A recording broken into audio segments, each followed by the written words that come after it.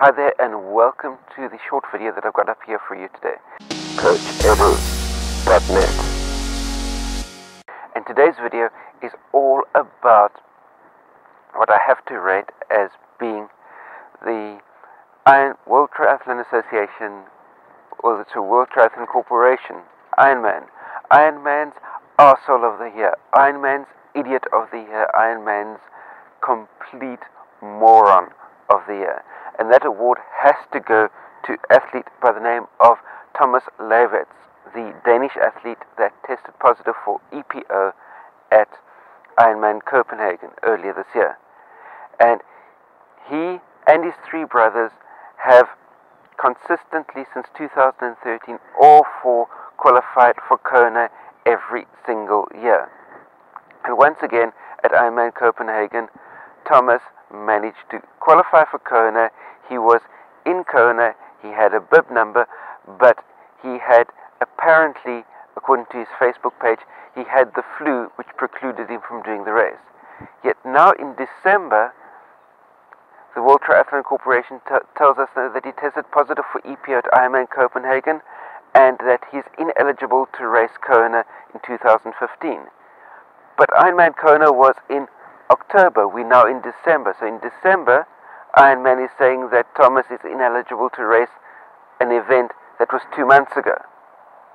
Go figure. But anyway, but be that as it may, testing positive for EPO in this day and age is the ultimate in athlete stupidity. He just proves at what a low level his IQ is.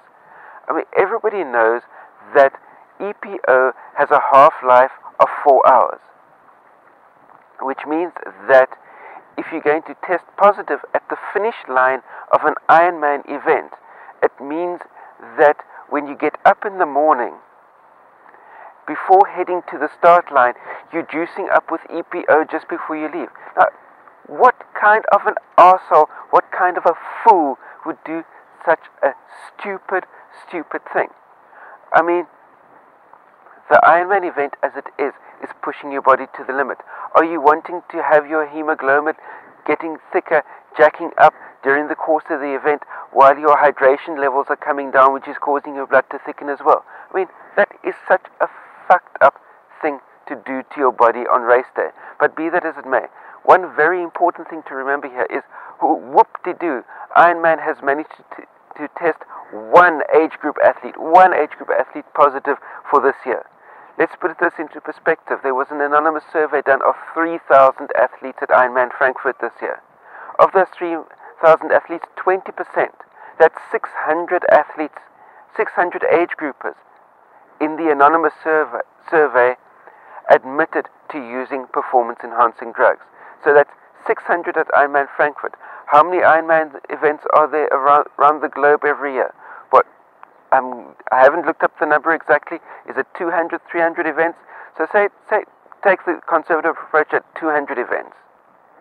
And say, let's go even more conservative than Frankfurt and say, instead of 600 athletes using performance-enhancing drugs as what was admitted by athletes in the survey at Frankfurt, 600 in one race, let's bring that back down to say a much more conservative estimate of 200 athletes. Say 200 athletes in an event are using PEDs, and there are 200 events around the world. That's 4,000 opportunities every year for Ironman Corporation to test an age group positive, and they come up with one positive test.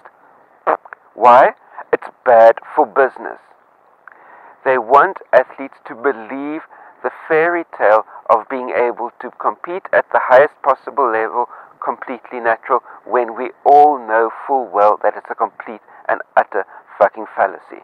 So, what does Ironman do is, Thomas tests positive in Ironman Copenhagen.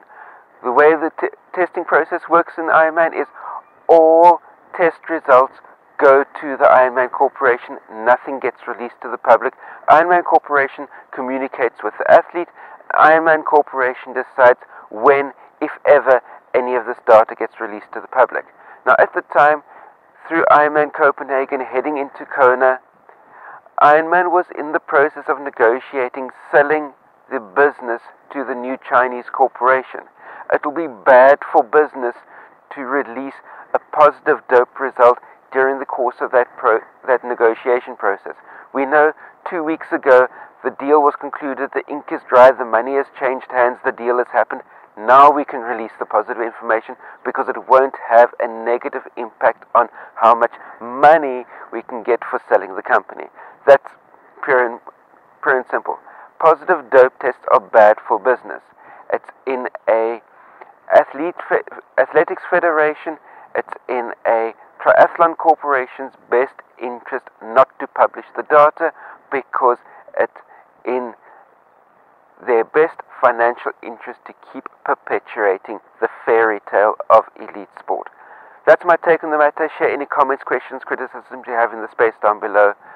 And remember to click the subscribe button down there as well, and that way you stay subscribed to my channel for all the new content coming out to you. But Arsehole of the Year goes to Thomas, and second Arsehole of the Year goes to the World Triathlon Corporation for sitting on the information for 4 months before releasing it, and an additional Arsehole award goes to them for having 4,000 opportunities to pull a positive dope test out and only managing one. So that's my video for today. See you next time.